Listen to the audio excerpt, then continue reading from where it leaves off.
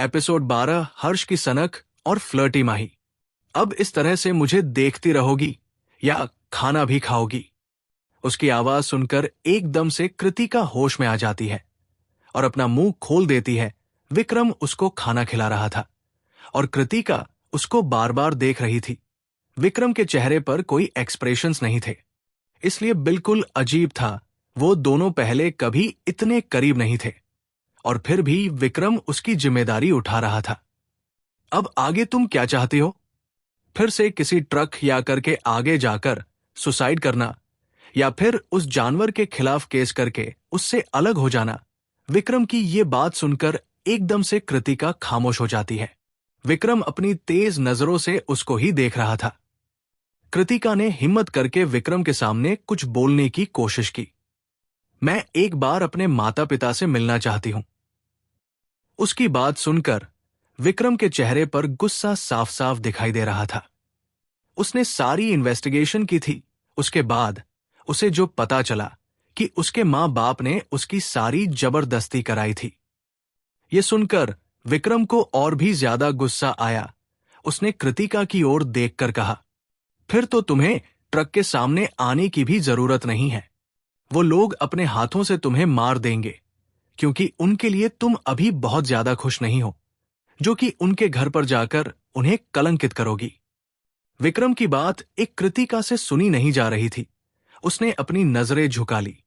वो अपनी नजरों से मिला नहीं पा रही थी। जब तुम गलत हो ही नहीं तो नजर क्यों झुक रही हो? जो गलत है वो कभी अपनी गलती नहीं मानेंगे और उनकी मनमानी की सजा तुम आज तक बहुत रही हो। अब बताओ, क्या अभी तुम उन लोगों से मिलना चाहती हो या फिर तुम्हारे दिल में अपने उसे हैवान पति के लिए कोई फीलिंग्स है तो मुझे बता सकती हो, लेकिन गलतफहमी मत पालन की वो बदल जाएगा।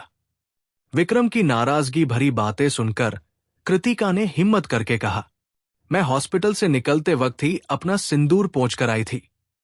अपने गले का मंगलसूत्र अपने हाथों से ही तोड़ लिया था। शायद मैंने अपने लिए 5 साल पहले ही आवाज उठाई होती तो मेरी ऐसी हालत नहीं होती। विक्रम उसकी बातें सुनकर शांत हो गया। उसने फिर सवाल कर ही लिया, तो तुमने क्यों अपने आवाज नहीं उठाई? कृतिका ने उसकी आंखों में देखते हुए कहा, आज भी किसी मिडिल क्लास परिवार में जाकर पूछ लेना, अगर लड़की पढ़ने के लिए बाहर चली जाए और समय से लौट करना है या शादी ना करें तो कैसी कैसी बातें होती है। किसके साथ रहती है, किसके साथ चली गई, अभी तक शादी नहीं करी। विक्रम को अब उसकी बातें सुनकर इरिटेशन हो रही थी। उसने उसका हाथ पकड़ा और समझाते हुए कहा, कृतिका कृतिका, मैं तुमको कितना समझाऊं? तुमको अभी भी लगता है कि किसी की होने ना होने से फर्क पड़ता है। अगर हम लोग मर भी जाएंगे ना तो भी किसी को कुछ फर्क नहीं पड़ेगा। मेरा यकीन मानो, जिन लोगों के लिए तुमने 5 साल पहले कुर्बानी दी है ना भूलना, तो तुम्हारा आज साथ देंगे ना कल। तुम मर भी जाओ तो उन्हें कोई फर्क नहीं पड़ता। विक्रम की बातें कड़वी जरूर थी, लेकिन उनमें एक सच्चाई थी। दोपहर के 3:51, 5 दिसंबर 2024, मम्मी कृतिका का सब्र जवाब दे गया और वो विक्रम के गले लग गई और जोर से रोने लगी। विक्रम तो जैसे अपनी जगह पर ही जम गया हो, लेकिन वो क्या कर सकता था, सिचुएशन ही ऐसी थी। उसने अपना एक हाथ कृतिका के सर पर रख दिया और उसे रोने दिया जितना वो रोना चाहती थी। रो लो जितना तुम्हारा मन कर रहा है, बाद में मैं रोने नहीं दूंगा। मुझे आंसू नहीं पसंद, विक्रम ने उसे घूरते हुए कहा। कृतिका को उसके ऐसे जवाब की उम्मीद नहीं थी। उसके चेहरे पर एक छोटी सी मुस्कान आ गई और अपने आंसू पोंछते हुए उसने सवाल किया, आप तो ऐसे बोल रहे हैं जैसे कि मैं हमेशा आपके पास ही रहने वाली हूं। उसकी बात सुनकर विक्रम शांत हो गया। उसे समझ नहीं आ रहा था वो कैसे रिएक्ट करे। चलो अब रोना बंद करो, मैं तुम्हारे लिए कुछ खाना लेकर आता हूं। विक्रम इतना कहकर किचन में चला गया। कहीं ना कहीं कृतिका की कि ये सवाल नहीं उसे परेशान कर दिया था, लेकिन उसने अपनी फीलिंग्स अपने चेहरे पर नहीं आने दिए। अपनी इमोशन छुपाने में अब जैसे उसने पीएचडी कर ली थी, पर रख दिया और उसे रोने दिया जितना वो रोना चाहती थी। रो लो जितना तुम्हारा मन कर रहा है, बाद में मैं रोने नहीं दूंगा, मुझे आंसू नहीं पसंद। विक्रम ने उसे घूरते हुए कहा। कृतिका को उसके ऐसे जवाब की उम्मीद नहीं थी। उसके चेहरे पर एक छोटी सी मुस्कान आ गई और अपने आंसू पोंछते हुए उसने सवाल किया, आप तो ऐसे बोल रहे हैं जैसे कि मैं हमेशा आपके पास ही रहने वाली हूं। उसकी बात सुनकर विक्रम शांत हो गया। उसे समझ नहीं आ रहा था वो कैसे रिएक्ट करे। चलो अब रोना बंद करो, मैं तुम्हारे लिए कुछ खाना लेकर आता हूं। विक्रम इतना कहकर किचन में चला गया। कहीं ना कहीं कृतिका की कि ये सवाल नहीं उसे परेशान कर दिया था, लेकिन उसने अपनी फीलिंग्स अपने चेहरे पर नहीं आने दिए।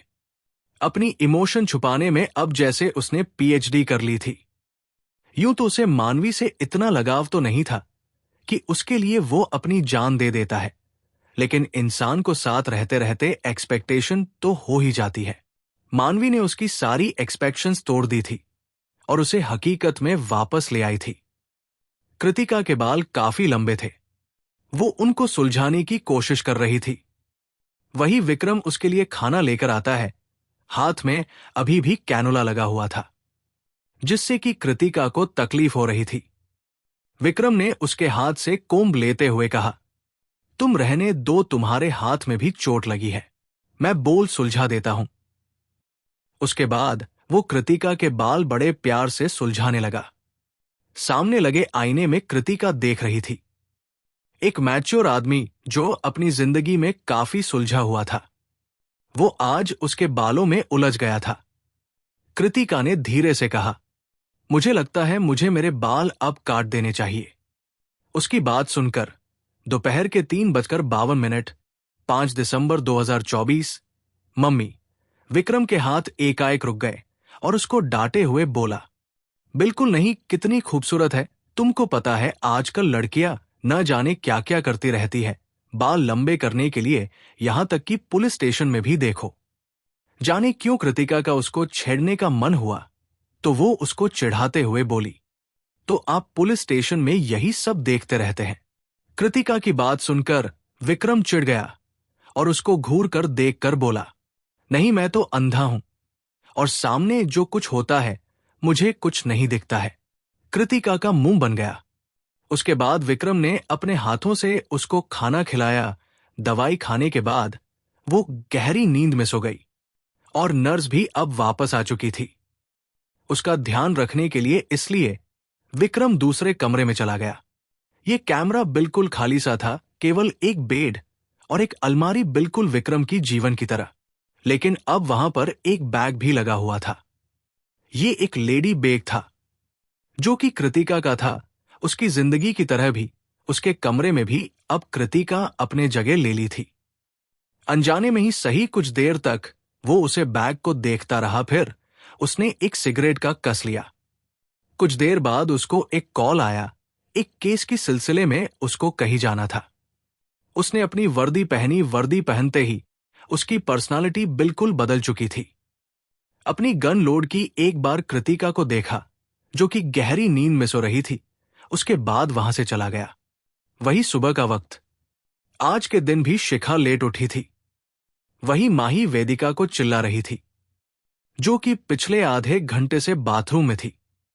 माही ने चिल्लाते हुए कहा, अब क्या वही घर बसाने का इरादा है? जल्दी बाहर निकालो, मैं लेट हो रही हूं, आज मेरा इंटरव्यू है। वेदिका जैसे ही उसकी बात सुनी वो हड़बड़ा कर बाहर आई। उसने एक तौलिया ही लपेटा हुआ था। माही ने उसको देखा और सीटी बजाते हुए बोली, वो क्या रोमांटिक सीन है?